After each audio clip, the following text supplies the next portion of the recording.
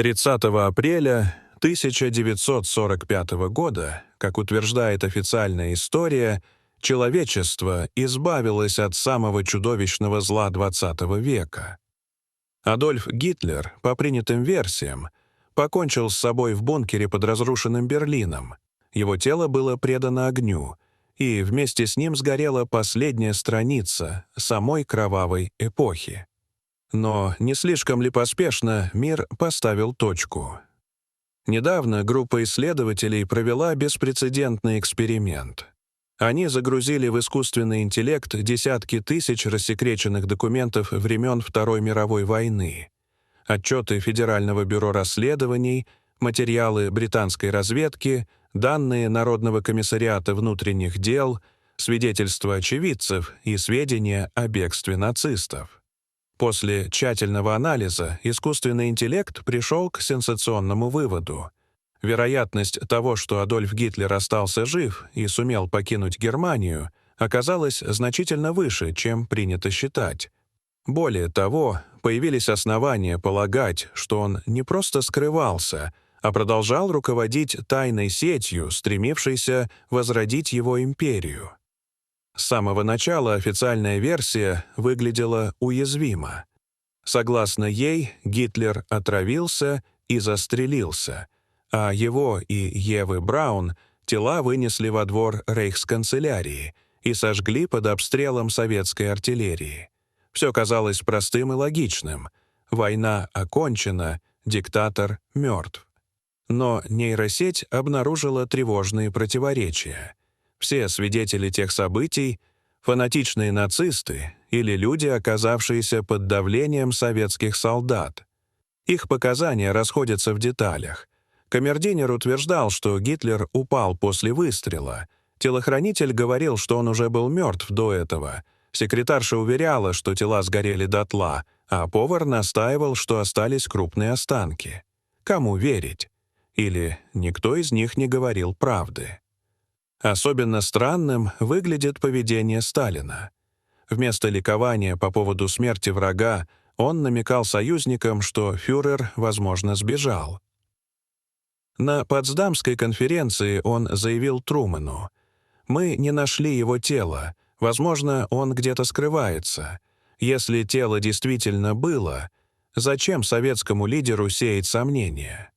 В начале 2000-х годов Россия представила фрагмент черепа с пулевым отверстием, якобы останки Гитлера, но анализ дезоксирибонуклеиновой кислоты, проведенный американскими экспертами, показал: кость принадлежит женщине моложе 40 лет.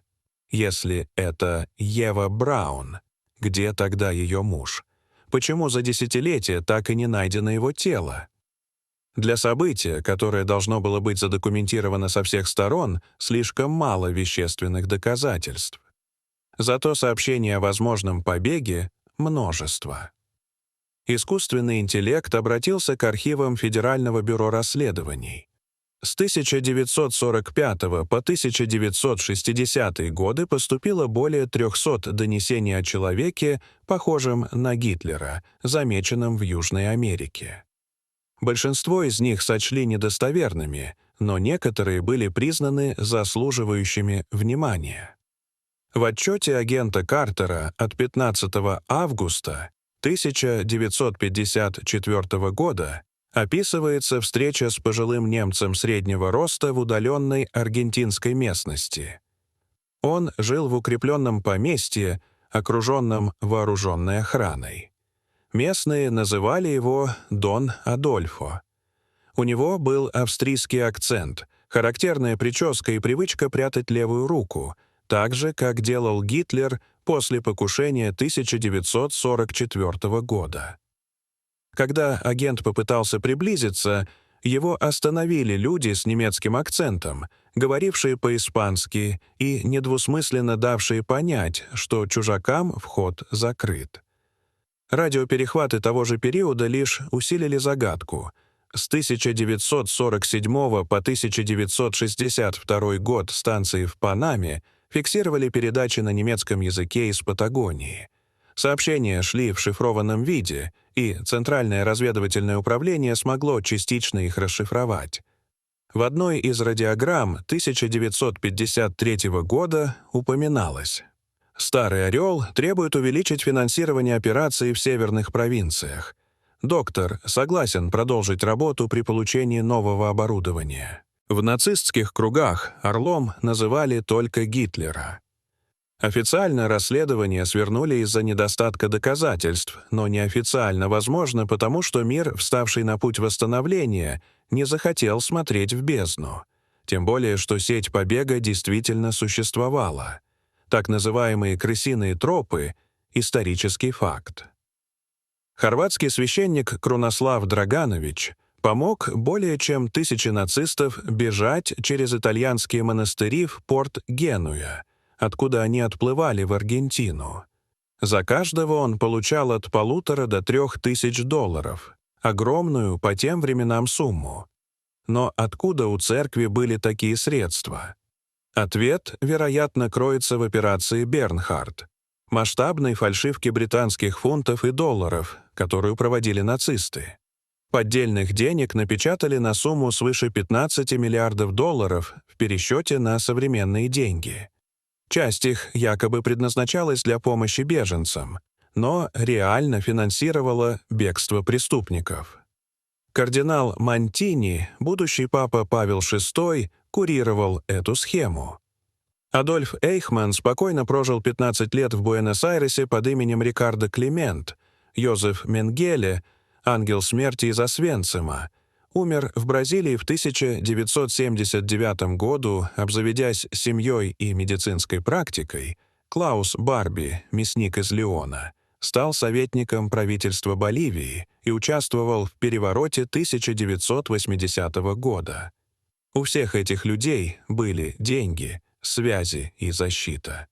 Почему бы не предположить, что и сам Гитлер воспользовался тем же маршрутом? Загадочные истории немецких подлодок. У-530 и У-977 только подогревают интерес. Обе сдались аргентинцам летом 1945 года, через месяцы после капитуляции Германии. Экипажи объясняли это долгим переходом, но баки «Субмарин» были почти пусты, что говорит о длительном плавании. Сообщалось о выгрузке тяжелых ящиков, а отчеты допросов экипажей засекречены до сих пор. Нацистские сокровища — еще один штрих. Союзники оценивали накопление Рейха более чем в $500 миллиардов в современном эквиваленте. Золото, драгоценности, произведения искусства. Золотой поезд был лишь одним из множества. Известно о 2 десятках подобных составов, исчезнувших в неизвестном направлении. Швейцарские банки до сих пор хранят тысячи счетов, открытых в 1940-х годах. По некоторым из них снимались деньги до 1975 года. Среди подписей имена Адольф Вольф и Ганс Шульц, причем почерк одного из них эксперты сочли поразительно похожим на почерк Гитлера. Журналист Норман Оллер, проводивший собственное расследование в Патагонии, встретил старика Эстебана Морейру, чей сын работал на немецком ранчо. Хозяин был худой, с поврежденной левой рукой и хромотой, молчаливый, но внушавший страх и уважение. Газеты ему доставляли из Европы, по вечерам он бродил по террасе и размахивал рукой, будто отрабатывал речь. Работникам запрещалось приближаться к дому, но один рассказывал, что хозяин по утрам поднимал руку в нацистском приветствии. В другом селении Олеру показали руины особняка, известного как «Дом немца». Каменное здание с подземными помещениями, немецкий стиль архитектуры, постоянные гости на лимузинах и немецкие радиопередачи. Почта приходила на имя господина Вольфа. В 1962 году особняк внезапно опустел, хозяин уехал по семейным обстоятельствам. В архивах аргентинской полиции сохранились документы о закупках радиооборудования, строительстве тайных аэродромов и перевозке научного оборудования. Любые попытки вмешательства блокировались бумагами с подписями влиятельных лиц. Организация бывших членов СС, по новым данным, была не просто сетью бегства, а структурой, готовившей создание Четвертого Рейха, не как государства, а как глобальной подпольной системы влияния. Центр управления, по версии искусственного интеллекта, находился в Южной Америке, а возглавлял его, возможно, сам Гитлер или его приближенные. Подобно колонии Дигнидад, нацистскому анклаву в Чили, основанному на жесткой дисциплине и экспериментах, в Парагвае, Бразилии и Аргентине появились десятки поселений с немецким укладом, собственной радиосвязью и охраной. Куда делись тысячи нацистских ученых? Соединенные Штаты вывезли около 1600 по программе «Скрепка», но судьба остальных остается неизвестной. В 1970-х годах в Бразилии нашли заброшенную лабораторию с радиоактивными материалами, в Аргентине — подземный биолабораторный комплекс, в Парагвае — пусковую площадку для ракет. Все указывало на существование централизованной сети. Американские разведданные об операции «Новая Швабия» свидетельствуют, что нацисты исследовали Антарктиду еще в 1938 году, но после войны союзники не нашли следов этих баз. Соединенные Штаты отправили туда миссию «High Jump» в 1946 году с участием тысяч военных, но экспедиция была внезапно свернута через 2 месяца. Адмирал Берт позже заявил чилийской прессе о враждебных силах с необычными технологиями. Документы миссии до сих пор засекречены. Гитлер, возможно, работал над созданием нового оружия — психотропного, биологического, информационного — и готовил реванш. Однако в 1960-х началась охота на нацистов. Эйхман был схвачен, Мюллер найден мертвым, Швент исчез, свидетели, утверждавшие, что видели Гитлера, один за другим погибали. К 1970 годам Четвертый Рейх разрушился. Остались только следы — корпорации и банки, чьи корни уходят в нацистское золото.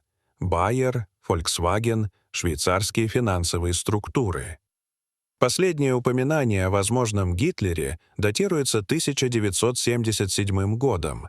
Агент Кондор сообщил о старике в инвалидном кресле в Патагонии, но когда следователи прибыли, дом оказался пуст. Искусственный интеллект оценил вероятность побега фюрера более чем в 70%, а вероятность того, что он руководил сетью, в 30%. Это, по словам исследователей, не теория заговора, а результат анализа тысяч документов без политических и идеологических искажений. Если это правда, значит, война не закончилась в 1945 году. Она продолжалась в тени. И если семена Четвертого Рейха были посеяны, кто знает, может, они и сейчас дают ростки. Может, чудовище не умерло. Может, оно просто затаилось. И действует уже не из бункеров, а через современные корпорации и политические структуры. Возможно, его победа еще впереди. Дорогие зрители, что вы думаете об этой истории? Расскажите, пожалуйста, в комментариях. А если вам понравилось это видео, то ставьте лайк и подписывайтесь на наш канал. До свидания.